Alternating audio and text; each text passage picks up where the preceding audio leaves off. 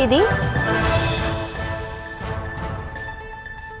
திருப்பூர் பூம்புகார் நகர் பகுதியில் செவிலியர் சித்ரா என்பவர் தலையில் கல்லை போட்டு கொலை செய்த சம்பவத்தில் அவருடைய கணவர் கைது செய்யப்பட்டுள்ளார். இது தொடர்பான கூடுதல் விவரங்களோடு இணைகிறார் நமது செய்தியாளர் பூபதி. வணக்கம் பூபதி, விவரம். வணக்கம். அதாவது காலை திருப்பூர் மாவட்ட ஆட்சியர் அலுவலகம் அருகில் செவிலியர் கொலை செய்யப்பட்ட வழக்கு தொடர்பாக திருப்பூர் தெற்கு காவல்துறையினர் 3 தனிப்படைகள் அமைத்து விசாரணையை துரிதப்படுத்திய நிலையில் விரைந்து அந்த இறந்த நபர் யார் என்ன அவர்களை அடையாளம் கண்டனர். தொடர்ந்து அதன் அடிப்படையில் அவருடன் யார் சென்றனர் உள்ளிட்ட பல்வேறு தரவுகளை சேகரித்து தொடர்ந்து ஒரு 12 மணி நேரத்தில் அந்த சம்பவம் நடந்த 12 மணி நேரத்திற்குள் அந்த குற்றவாளியை கைது செய்துள்ளனர். குறிப்பாக தற்பொழுது அவரும் அந்த செவிலியர் சித்ராவும் அவருடைய கணவரும் நடந்து செல்லும் கண்காணிப்பு கேமரா காட்சிகள் வெளியாகி இருந்தது.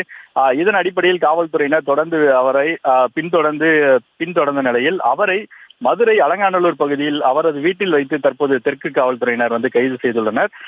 இந்த சம்பவம் தொடர்பாக கணவரை தற்போது தெற்கு காவல்துறையினர் அலங்காநல்லூரிலிருந்து திருப்பூர் அழைத்து வருகின்றனர். தொடர்ந்து அவரிடம் விசாரணை நடத்தும் போதுதான் இந்த கொலை எதற்காக நடத்தினார் உள்ளிட்ட பல்வேறு காரணங்களும் வெளிவரும் என காவல்துறை வட்டாரத்தில் தெரிய வருகிறது.